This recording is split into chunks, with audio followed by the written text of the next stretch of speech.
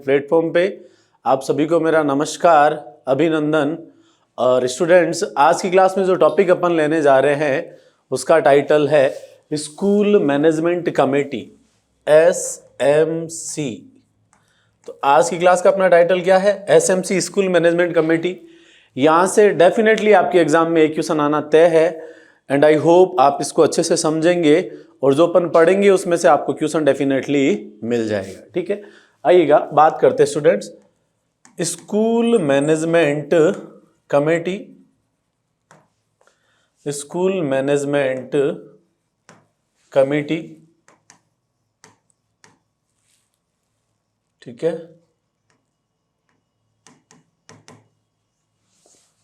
विद्यालय प्रबंधन समिति, विद्यालय प्रबंधन समिति। स्टूडेंट्स, विद्यालय प्रबंधन समिति की यदि अपन बात करें तो 1 से लेकर 8वीं तक के जो स्कूल्स है, एलिमेंट्री स्कूल्स जो है, उसके अंदर विद्यालय प्रबंधन समिति के गठन का जिक्र किया गया। किसके तहत? RT 2009 की धारा 21 के तहत। अब आपके 3rd ग्रेड के सिलेबस में RT 2011 भी दे रखा है जो कि राजस्थान के रिगार्डिंग है। तो RT 2011 के अकॉर्डिंग बात करें तो इसके अध्याय 2 और धारा 3, 4 व 5 के अंतर्गत प्रत्येक प्रारंभिक विद्यालयों में 1 से 8 तक के विद्यालयों में एक विद्यालय प्रबंधन समिति होगी, इसका जिक्र किया गया है। ठीक है, आइएगा पहले इतना लिखते हैं, बाकी बातें अपन आगे करते रहेंगे। ठीक है, तो देखिएगा, प्रत्येक 1 से लेके 8 तक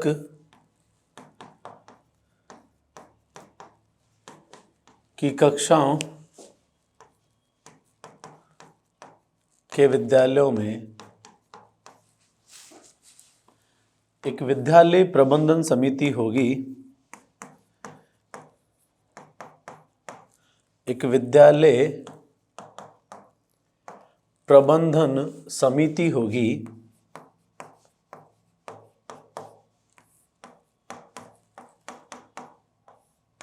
ठीक है, अब देखिएगा स्टूडेंट्स, स्कूल मैनेजमेंट कमेटी होगी, इसका जिक्र RT 2009 की कौन सी धारा करती है? धारा 21 करती है। और RT 2011 के अंतर्गत पूछे तो अध्याय 2 और धारा 3, 4 व 5 में SMC के गठन का जिक्र किया गया है। ठीक है, तो देखिएगा, RT 2009 की धारा, RT 2009 की धारा 21 तथा RT 2011, RTE 2011 के अध्याय 2 व धारा पूछे तो व धारा 3, 4 व 5 में विद्यालय प्रबंधन समिति की जानकारी दी गई है, की जानकारी दी गई है। ठीक है स्टूडेंट्स, बढ़ते हैं अपन आगे। तो ये ध्यान रखने योग्य बात है कि SMC का गठन केवल 1 से 8 तक की कक्षाओं के विद्यालयों में ही किया जाएगा। 9 to 12 के लिए SDMC, school development management committee का जिक्र आपके किया गया। किसके लिए?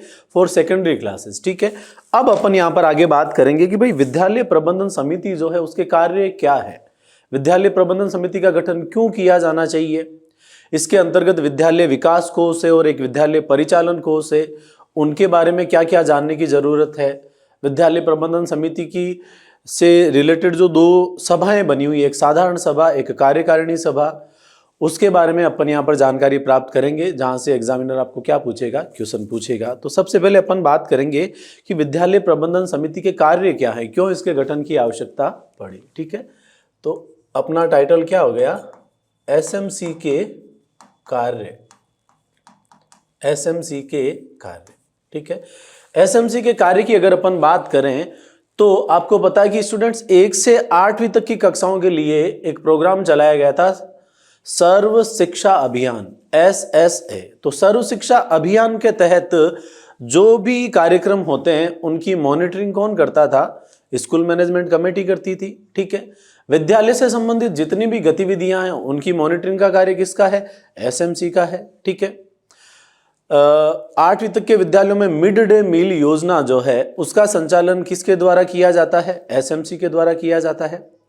विद्यालय विकास समिति का जो है निर्माण करना, एसडीएमसी का निर्माण करना है, यह भी किसके द्वारा किया जाता है? एसएमसी के द्वारा किया जाता है। आइएगा लिखते हैं, फिर अपन आगे बात करते हैं। ठीक है, एसएमसी के कार्यों की अगर अपन जिक्र करें तो पहली बात, विद्यालय के क्रियाकलापों की क्या करना?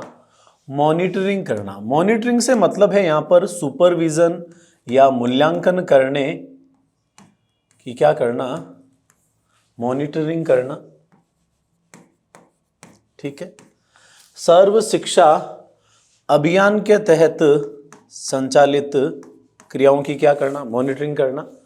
सर्व शिक्षा अभियान के कार्यक्रमों का संचालन करना। ठीक है, अगली बात आपके आ जाएगी mid day meal, MDM, mid day meal का संचालन करना।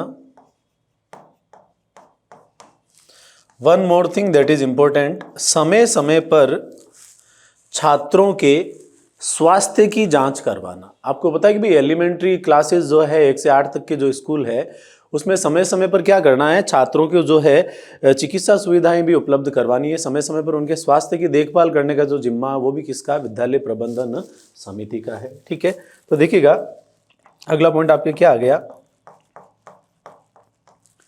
छात्रों के स्वास्थ्य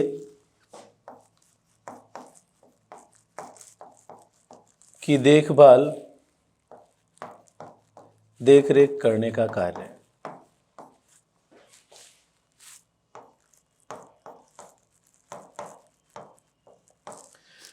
ठीक है स्टूडेंट्स, तो ये था आपके, इसमें मेजर काम आपके क्या आ जाएगा? मिड डे मील का संचालन या आयोजन कौन करवाएगा? एसएमसी करवाएगी।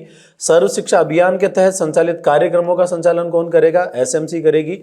विद्यालय से संबंधित क्रियाक्रमों की क्या बनाएगा? मॉनिटरिंग बनाएगा। फिर विद्यालय विकास योजना का निर्माण करना, विद्यालय विकास योजना का निर्माण करना, विद्यालय विकास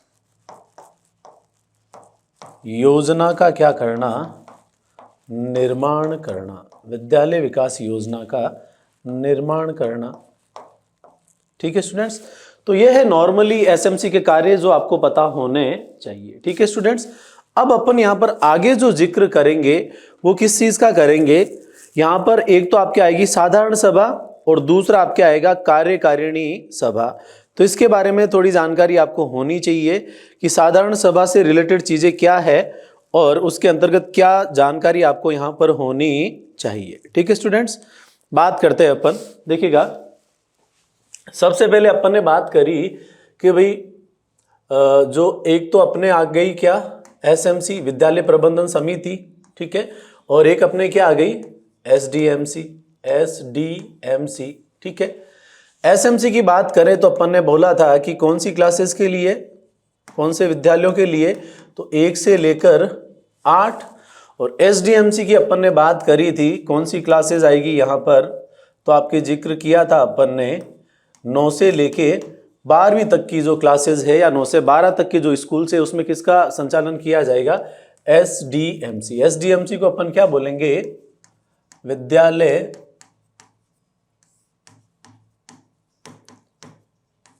विकास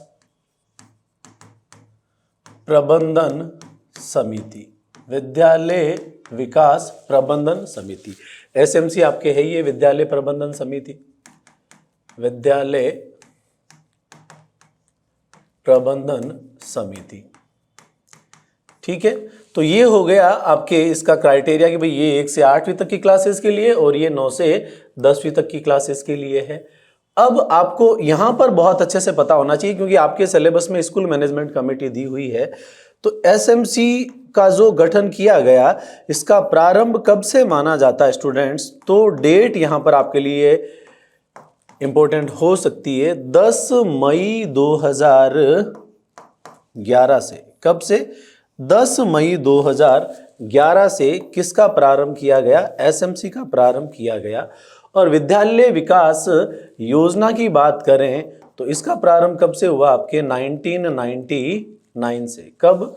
1999 से, 1999 से। ठीक है, तो ये आपको एग्जैक्ट पता होना चाहिए कि विद्यालय प्रबंधन समिति का जो प्रारंभ किया गया वो कब किया गया? आरटी 2009 के तहत 10 मई 2011 से इसका सफल संचालन किया जा रहा है। अब इसके अंदर टोटल कितनी सभाएं हैं? 2 सभाएं, एक साधारण सभा और एक कार्यकारिणी सभा। यहां से मेजर क्वेश्चन आपके बनेगा। लिखते हैं अपन एसएमसी की सभा 2 है, एक साधारण सभा या साधारण समिति अपन इसको कह सकते हैं, साधारण सभा, और दूसरा आपके क्या आ जाएगा? कार्यकारिणी सभा, कार्यकारिणी सभा। देखिएगा स्टूडेंट्स, पढ़ेंगे अपन दोनों ही, बाकी जनरली इस टॉपिक्स में से जो इस टॉपिक में जो आपको क्वेश्चन आता है वो कहां से आता है? कार्यकारिणी सभा से आता है। कहां से आता है? कार्यकारिणी सभा से आता है। ठीक है, आइएगा अपन बात करते हैं। सबसे पहले अपन बात करेंगे किसकी? साधारण सभा की बात करेंगे। साधारण सभा,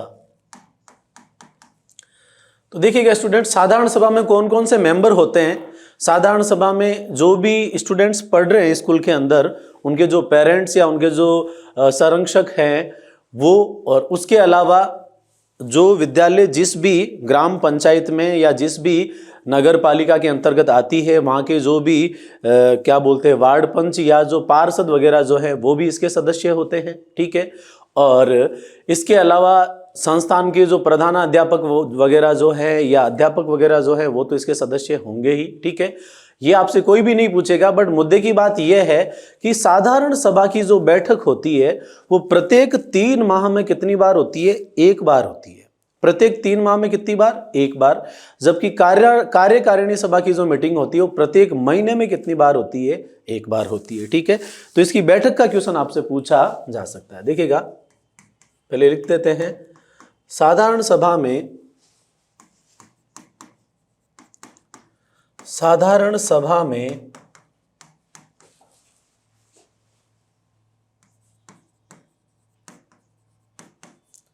विद्यार्थी के अभिभावक या संरक्षक विद्यालय जिस ग्राम पंचायत या नगरपालिका क्षेत्र में है या नगरपालिका क्षेत्र में है उसके वार्ड पंच या पार्षद तथा विद्यालय का एचएम इत्यादि इसके सदस्य होते हैं। नॉर्मल जानकारी आपको पता होना चाहिए, यहाँ से क्वेश्चन बनने की कोई संभावना नहीं रहेगी। क्वेश्चन कहाँ से बनेगा? तो देखिएगा स्टूडेंट्स, जो बैठक की आपके यहाँ पर बात आती है तो वो आपको पता होना चाहिए। साधारण सभा की बैठक प्रत्येक 3 माह में कितनी बार? 1 बार। ठीक है, तो साल में टोटल कितनी मीटिंग हो जाएगी? 4 मीटिंग हो जाएगी, लेकिन कम से कम कितनी मीटिंग का होना अनिवार्य है, बाध्यता है, ऑब्लिगेशन है, तो साल में कुल कितनी मीटिंग होनी चाहिए साधारण सभा की? 3 मीटिंग का होना अनिवार्य है। प्रत्येक माह में 3 होगी तो साल में 4, बट कम से कम 3 तो होनी चाहिए, क्योंकि सेशन लगभग 9 से 10 महीने चलता है। ठीक है, साधारण सभा की प्रत्येक 3 माह में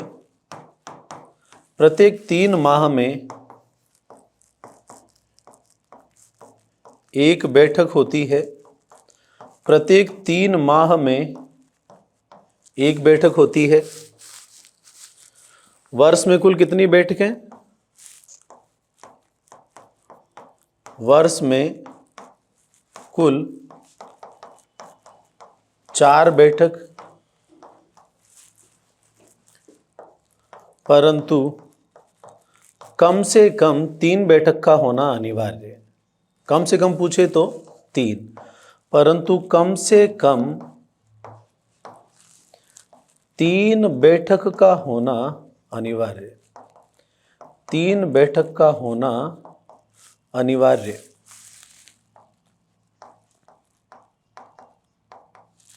ठीक है स्टूडेंट्स, आगे बढ़ते हैं अपन। अब देखिएगा, साधारण सभा की जो बैठक होती है उसके लिए उसके जो साधारण सभा के जो सदस्य होते हैं उनकी गण पूर्ति, जिसको अपन कोरम बोलते हैं, वो होना बहुत जरूरी है।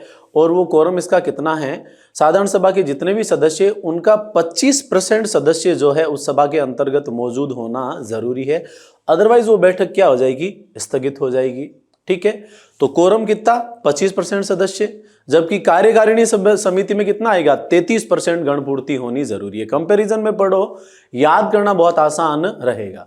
आगे बढ़ते स्टूडेंट्स, उसके बाद में देखिएगा, साधारण सभा की जो बैठक होती है उसकी सूचना कितने दिन पहले दी जाती है? 4 दिन पहले सूचना दी जाती है, और यदि ज्यादा जरूरी हो तो सूचना 2 दिन पहले भी दी जा सकती है। फिर यदि गणपूर्ति नहीं हुई, 25% सदस्य उस सभा में उपस्थित नहीं हुए, तो पुनः उसी दिन, यानी 7 दिन, जैसे मान लो आज बुधवार है तो अगले बुधवार को जो है वापस साधारण सभा की बैठक होगी। ठीक है, तो जस्ट 7 दिन बाद में कोरम के अभाव में पुनः एक बैठक आपके आयोजित करवाई जाएगी। ये साधारण सभा के जो तथ्य हैं वो आपको याद होने चाहिए, जहां से एग्जामिनर चाहे तो क्वेश्चन बना सकता है। ठीक है, लिख रहा हूं मैं, साधारण सभा की बैठक की सूचना, साधारण सभा की बैठक की सूचना, साधारण सभा की बैठक की सूचना कितने दिन पूर्व दी जाती है स्टूडेंट्स? 4 दिन पूर्व, 4 दिन पूर्व दी जाती है। 4 दिन पूर्व दी जाती है। ज्यादा जरूरी होने पर या ज्यादा आवश्यक होने पर, ज्यादा आवश्यक होने पर यह सूचना 2 दिन पूर्व दी जा सकती है। 2 दिन पूर्व दी जा सकती है। ठीक है, चाहे ये बात दोनों पे लागू होगी, चाहे बात साधारण सभा की हो, चाहे बात किसकी हो? कार्यकारिणी सभा की हो। ठीक है, अगली बात अपन यहाँ पे करते हैं स्टूडेंट्स, देखिएगा ये काम की बात है, मैं इसको इंपॉर्टेंट कर रहा हूं। साधारण सभा की बैठक के लिए कोरम या गणपूर्ति का होना अनिवार्य, और वो कितना? 25% सदस्य उपस्थित होने चाहिए। ठीक है, देखिएगा, साधारण सभा की बैठक के लिए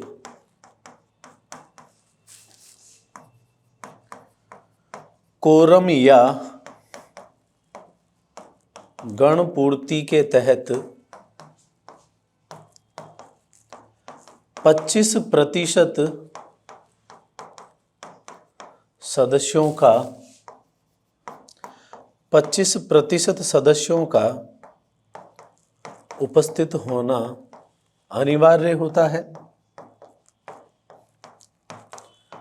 गण पूर्ति के अभाव में पुनः बैठक कितने दिन बाद? 7 दिन बाद। ठीक है, गण पूर्ति के अभाव में, गण पूर्ति या कोरम के अभाव में 7 दिन बाद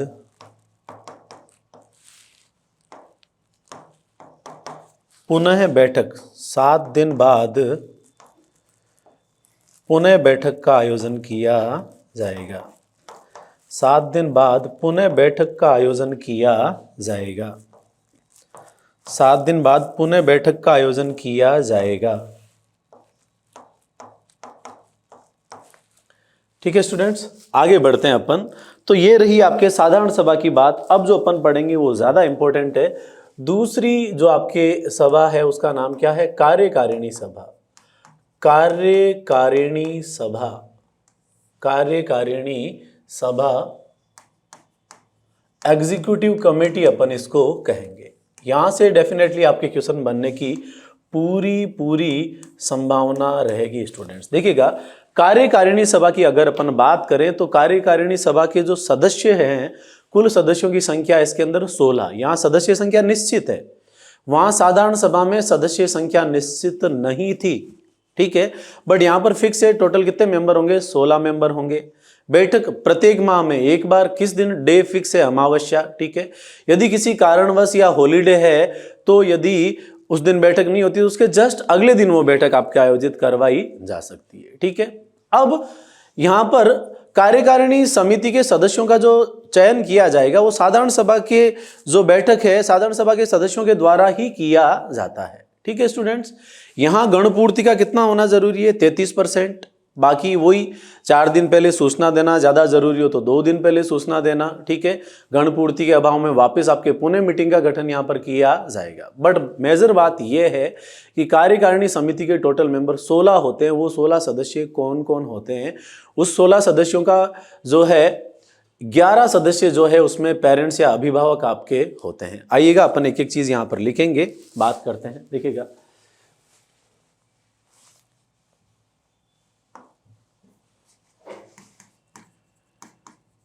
कार्यकारिणी समिति में, कार्यकारिणी समिति में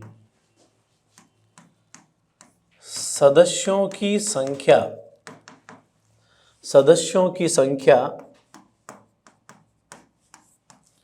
निश्चित होती है। ध्यान रखना, इसको हाईलाइट कर रहा हूं, यानी साधारण सभा में ये निश्चित नहीं थी। जितने भी है उनका 25% कोरम होना जरूरी है। संख्या निश्चित यहां होती है, साधारण सभा में निश्चित नहीं थी, निश्चित होती है। कुल कितने सदस्य? कुल 16 सदस्य। ओके स्टूडेंट्स, फिर प्रत्येक माह में एक बैठक, प्रत्येक माह में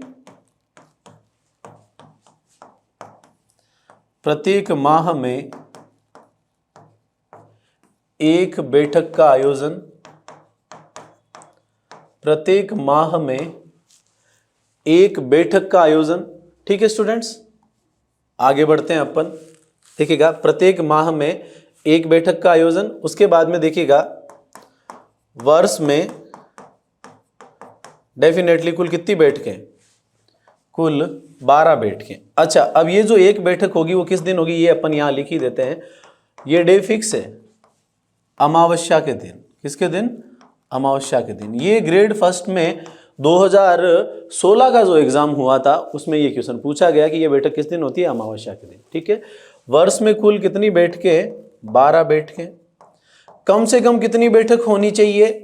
तो 11। वहां देखो, साधारण सभा में 4 बैठक हो रही थी कुल, और कम से कम पूछे तो कितनी? 3। यहां टोटल 12, कम से कम पूछे तो 11 बैठकें। वर्ष में कम से कम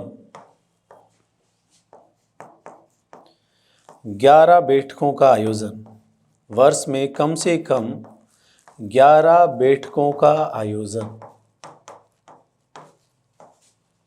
अनिवार्य। ठीक है स्टूडेंट्स, अब अपन बात करते हैं आगे। ये हो गया आपके भाई सदस्यों की बात। अब 16 सदस्यों का जो है वो 16 सदस्य कौन कौन होंगे, यहां से आपको सारी बातें अच्छे से याद होनी चाहिए। आइएगा लिखते हैं, देखिएगा, कार्यकारिणी समिति के सदस्य, कार्यकारिणी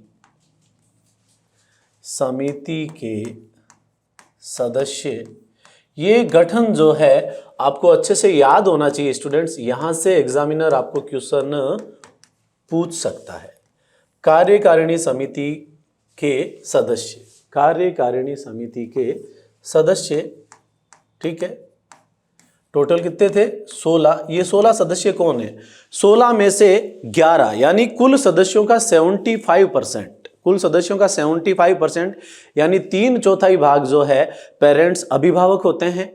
कार्यकारिणी सभा के अध्यक्ष और उपाध्यक्ष जो है वो अभिभावकों में से ही चुने जाते हैं, ठीक है। फिर एचएम जो होता है इस समिति का पदेन सचिव होता है, ठीक है। इसके अलावा विद्यालय जिस ग्राम पंचायत या जिस नगर पालिका में है वहां का क्या बोलते हैं उसको, पार्षद या अपन वार्ड पंच जो कहते हैं वो इसका एक पदेन सदस्य होता है। पदेन सचिव पूछे तो एचएम, ठीक है स्टूडेंट्स। तो टोटल 11 सदस्य अभिभावक हो गए, 2 आपके सदस्य कौन से हो गए, पदेन सचिव और पदेन सदस्य हो गए। 11 और 2 कितने हो गए, 13, ठीक है।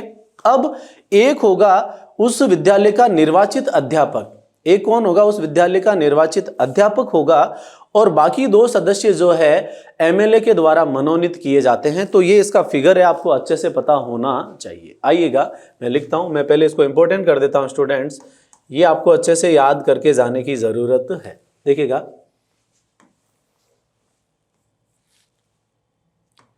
11 सदस्य कौन होंगे, अभिभावक, अभिभावक, ठीक है स्टूडेंट्स। आगे देखिएगा, पदेन सचिव, पदेन सचिव कौन होता है, एचएम।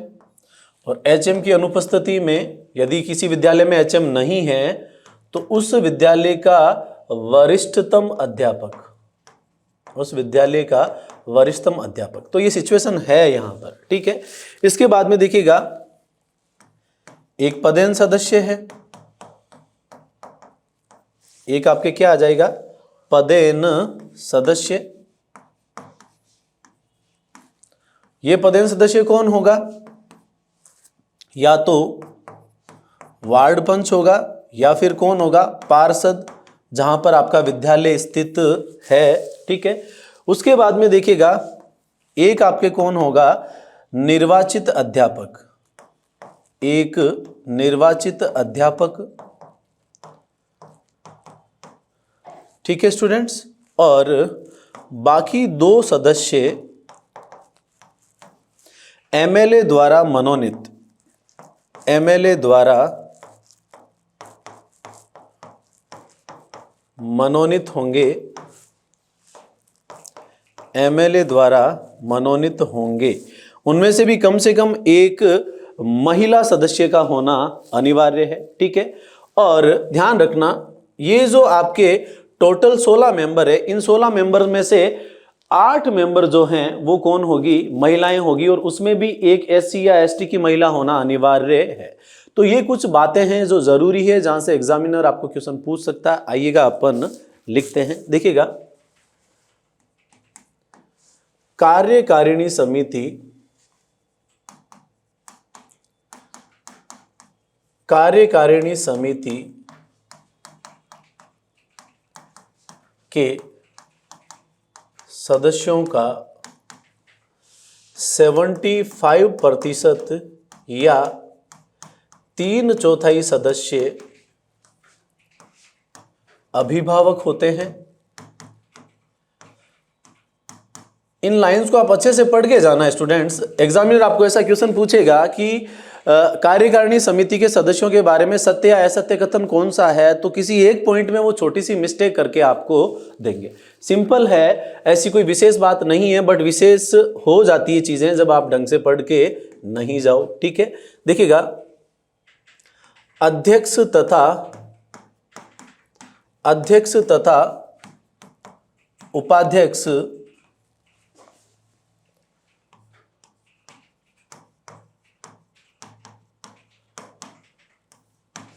अभिभावकों में से ही चुना जाता है।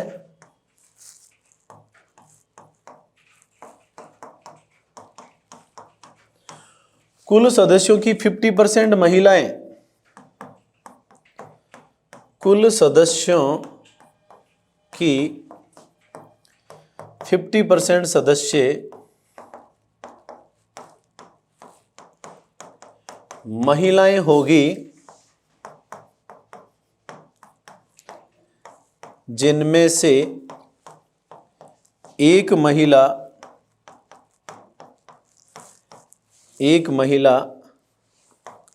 SC या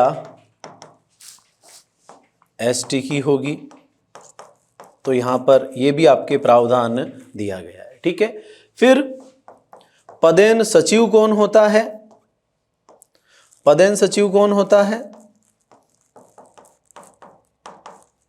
HM होता है। पदेन सचिव कौन होता है? HM। अब देखिएगा, एक जब निर्वाचित अध्यापक का जब चयन किया जाता है तो जो भी समिति के जो सदस्य है वहां पर वोटिंग होती है। उस वोटिंग में HM को मत देने का अधिकार नहीं है, या फिर अध्यक्ष का जब चयन किया जा रहा अभिभावकों में से, वहां पर भी HM को मत देने का अधिकार नहीं है। बट यदि जो दो कैंडिडेट हैं जिनके बीच में टक्कर और उनके बराबर वोटिंग हुई है, तो इस सिचुएशन में निर्णायक मत देने का अधिकार किसको है? HM को होता है। ठीक है स्टूडेंट्स, अब अपन आगे बढ़ते हैं कि भाई SMC के जो सदस्य हैं, कोरम की कितना होना जरूरी है? 33%। ठीक है, कोरम के अभाव में वापस पुनः बैठक का आयोजन आपके करवाया जाएगा। ठीक है, और दूसरी बात यह है कि वहां कोरम 25% था। अगली बात यहां पर यह आती है स्टूडेंट्स कि SMC के सदस्यों के गठन के संबंध में कोई भी विवाद की स्थिति उत्पन्न होती है, कार्यकारिणी समिति के सदस्यों के गठन में कोई भी विवाद की स्थिति यदि उत्पन्न होती है तो उसका निपटारा किसके द्वारा किया जाएगा?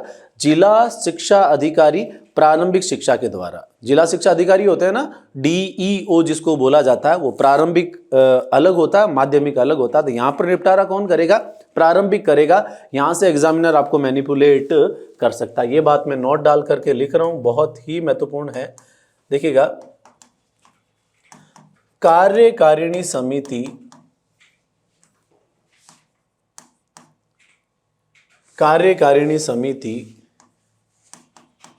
की बैठक के लिए, कार्यकारिणी समिति की बैठक के लिए 33% सदस्य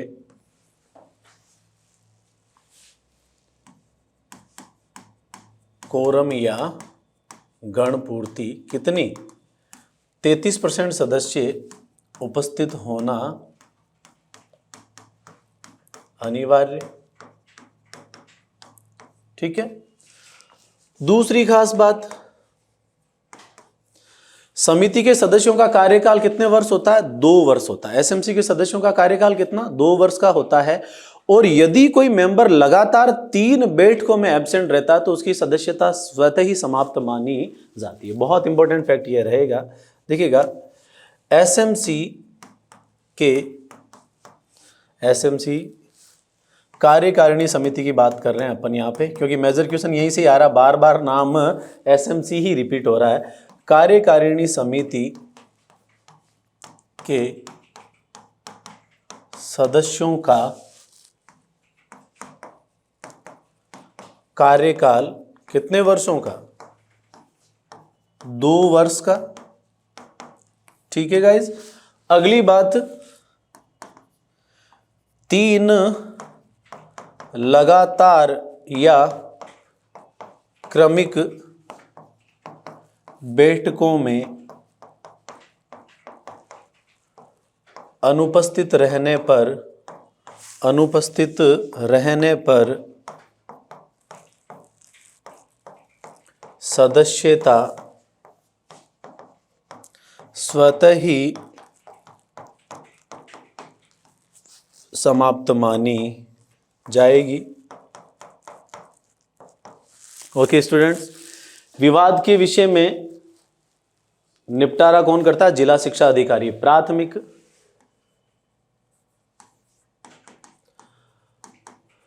कार्यकारिणी समिति के गठन में किसी भी प्रकार का विवाद उत्पन्न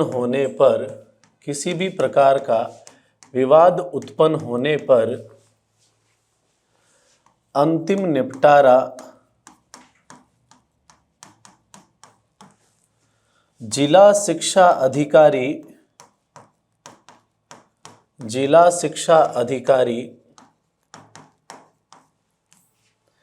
प्रारंभिक शिक्षा द्वारा किया जाएगा। ठीक है स्टूडेंट्स, फिर कितने प्रकार के कोर्स एसएमसी के तहत? 2 प्रकार के कोर्स एसएमसी के तहत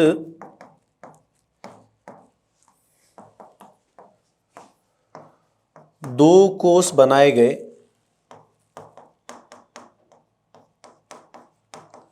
एक विद्यालय विकास कोर्स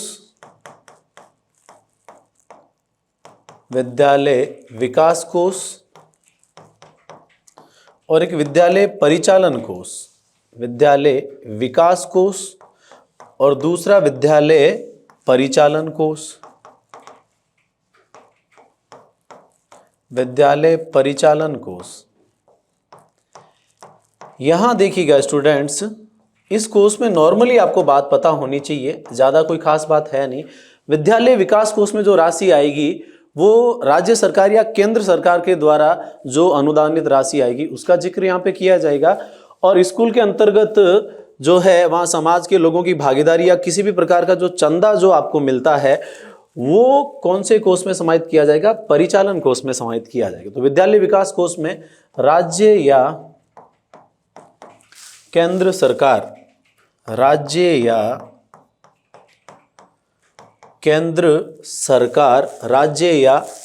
सरकार द्वारा प्राप्त राशि।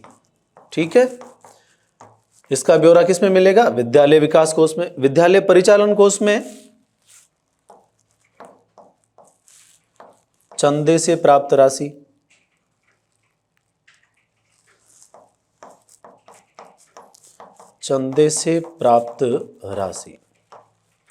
ठीक है स्टूडेंट्स, तो नॉर्मली बातें थी। तो स्टूडेंट्स आज की क्लास के अंतर्गत जो है अपन ने विद्यालय प्रबंधन समिति टॉपिक को अपन ने अच्छे से पढ़ा, अच्छे से लर्न करवाया आपको। यहां से डेफिनेटली आपको एग्जाम में एक क्वेश्चन मिलेगा। ठीक है, कोरम की बात बताई दी आपको, 33% सदस्य उपस्थित होना जरूरी है, अदरवाइज बैठक स्वतः ही क्या मानी जाएगी? समाप्त मानी जाएगी और वापस पुनः उस बैठक का क्या किया जाएगा? आयोजन किया जाएगा। ओके स्टूडेंट्स, मिलते हैं अगले नए टॉपिक के साथ, इसी सकारात्मक ऊर्जा के साथ। Okay students.